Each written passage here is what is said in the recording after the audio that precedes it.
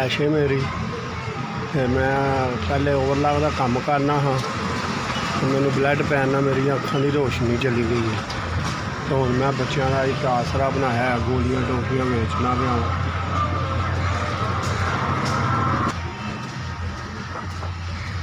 कुछ नहीं लभदा मैनू, बस एक एवं आसरा ही किया है। तो बीमार शमार रहे हैं कि अंदर पिया भी तबीयत खराब होंगी, कि ध्याने लगे हुए हैं और अंदर कुछ नहीं लभदा। 100-150 लभ जाता जिहदे नाल गुजारा हो जाता है, वो भी बड़ी मुश्किल है। ब्लड प्रैशर अखां का पै गया, अखां की रोशनी चली गई है। तो यह मजबूरियां ने मैनू रेहड़ी लानी पई है, 150 मजदूरी लभदी पई है। भैन भरा भी साथ छड्ड गए ने, लिहाजा मैं कर कुछ नहीं सकदा।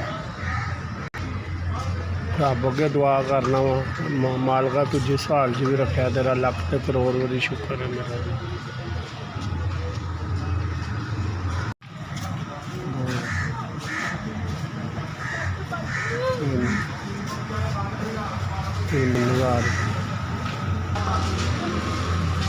बड़ी बड़ी मेहरबानी है जिन्होंने मैंने पैसे भेजे ने 3000 रुपया, मैं उन्होंने बड़ा शुक्रगुजार हाँ। अल्लाह तुहानू जिंदगी तंदुरुस्ती देवे, सेहत देवे।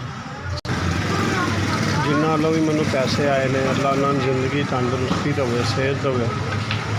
अल्लाह उन्होंने कारोबार चलाई रखे, उन्होंने बच्चों को तंदुरुस्ती देवे।